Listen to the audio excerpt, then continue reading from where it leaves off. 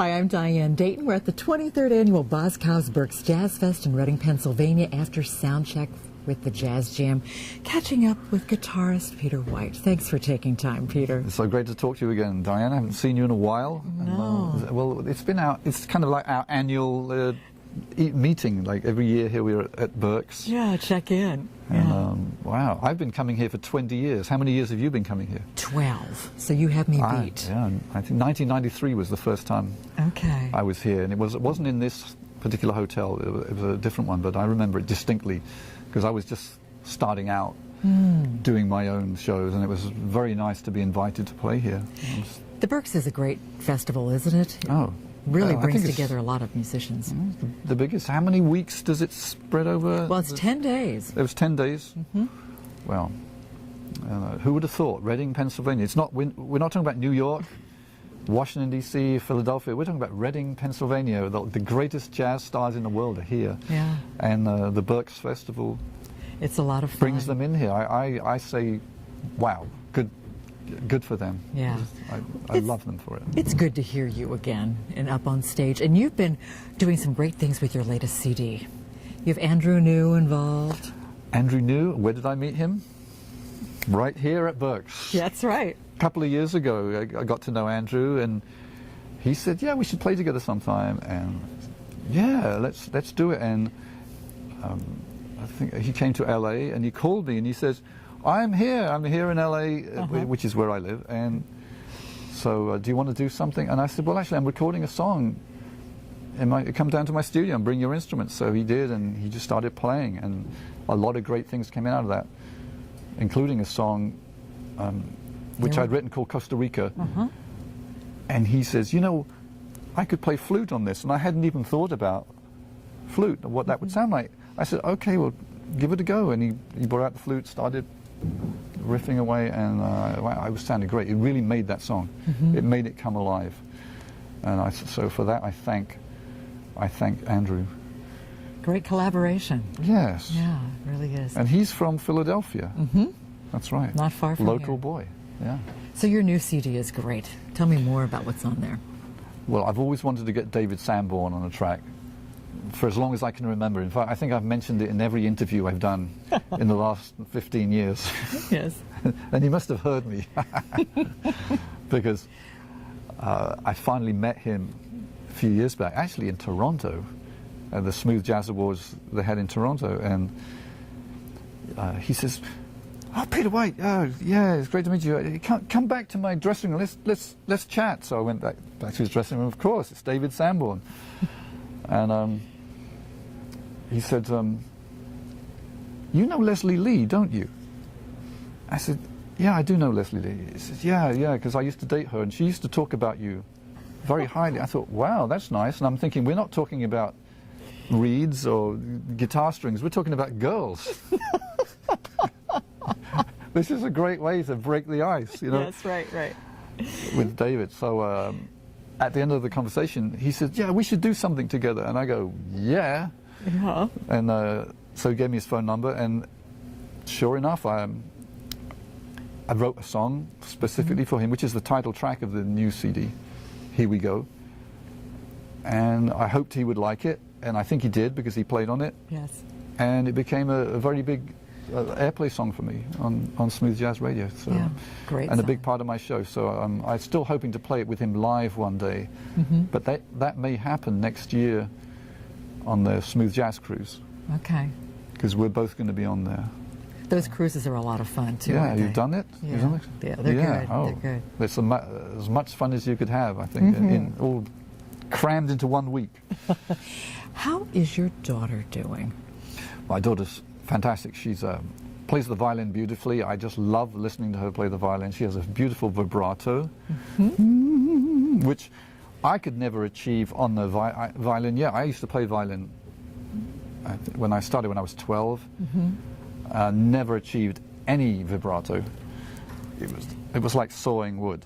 But she's just plays beautifully, but she's actually more into ice skating. Okay. And she's becoming a very proficient ice skater, and with the jumps, you know, they twirl up, they twirl so many times you can't even tell how many times they've toured. She says, oh, that's a double. Oh, that's a single. I can't tell. It all looks the same. It's so fast that you can't. I, as an amateur, can't tell one from the other, but it looks beautiful, you know. How old is she now? She's 12. 12. Only 12, wow. yeah. And she goes down on one skate and twirls with her foot out front, and then she jumps and changes legs, and now she's twirling on the other leg. I mean, you try going up and down on one leg without even twirling on the ice and see how difficult that is. It's not difficult. So she's the light of my life. She's a wonderful little girl. And she used to come along and even travel a little bit with you too. Oh yeah, in fact we just did a daddy-daughter trip to London to visit my mum, and she also visits with my brother, and he has 2 sons who are almost the same age as her. Okay. And they all hang out together. In fact, she forgets me entirely. I went off to do some shows in London and left her there with my brother and his family, and she was quite happy, you know, hanging out with them. And then I'd take her ice skating in the local ice skating rink, which is Alexandra Palace. It's quite a famous place. In London, we call it Ali Pally. Okay. Going to go skating at Ali Pally. Ali Pally. So I just sit there and watch her skating, and it's wonderful. I'm glad I can do that trip with her. We've done a trip just about every year for the last 5 years, just the 2 of us, somewhere in the world. And that gives you such a wonderful balance with what you do on the road, with traveling and playing. Well, I'm on the road a lot, you know. Do 100 shows a year probably, and I'm away a lot. So it's nice to be able to go away with her. It certainly is. Where are we going to see you later this year? Me? I've got so many shows coming up. I know I'm scheduled to do Penn's Landing in Philadelphia. Oh, that's always a great place. I've only done it one time before, and I remember it very well. It was a very hot day, and I was getting towards the end of my show, and I looked out, and the audience was up on their feet, hundreds and hundreds and hundreds of people, and I think, wow. I got to keep this going, you know. I can't stop it. So I'm trying to think of something, some trick I can pull out of the hat, just to keep the excitement level up. And I all of a sudden I started channeling James Brown, me, a guy from England, doing Sex Machine. Get up, get up, and it actually stayed and became a part of my show for a long time. Okay. Purely because of that experience at Penn's Landing, when I just wanted to keep the show going. There was, we'd run out of songs. We completely run out of material, but got to keep it going. Yeah. So. Well, you do keep your shows going in some way, shape, or form. There's always so much energy up there, Peter. But we're going to watch and make sure you don't do any ice skating moves, because we don't want you falling on stage with that. I'm never going to be a great ice skater. I'm never going to be a great violinist. But you are a great guitarist. Well, you know, it's funny when people say guitarist Peter White, and you just did, because if I was a guitarist, I probably wouldn't be here. And the reason is because when I started it professionally was with Al Stewart. Yes. In 1975, and he hired me to play piano. He didn't know I could play guitar. He didn't even care if I played guitar.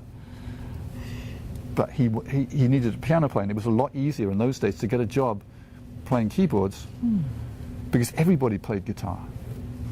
But not many people played keyboard in a rock style. You know, most people who play piano go into jazz music or classical, and he was in, you know, what we call folk rock music, kind of based on acoustic guitar, but it was still rock music.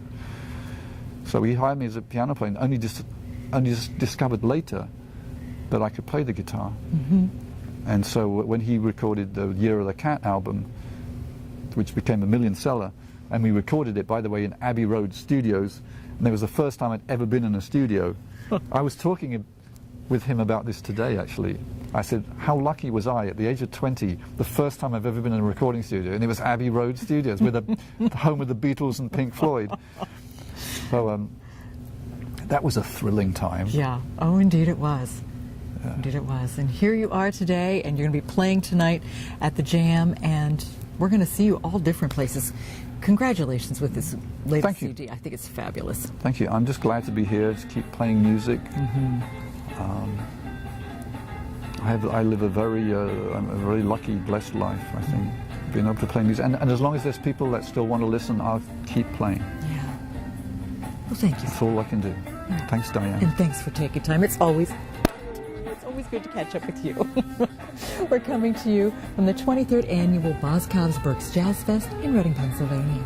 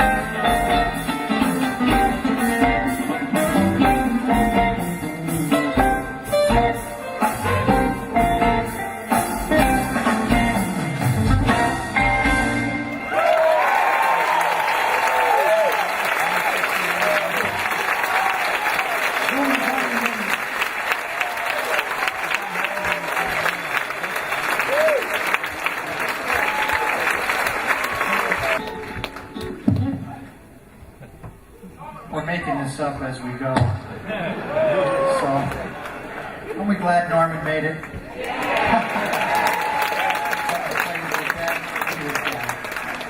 He doesn't have any other clothes. This is all the clothes he's got. They lost his bag. We'll be taking a donation for Norman's wardrobe. This is a song, Martin Gaye's song. It's a beautiful song. You never play this song too many times because of the message that it brings. It's a song called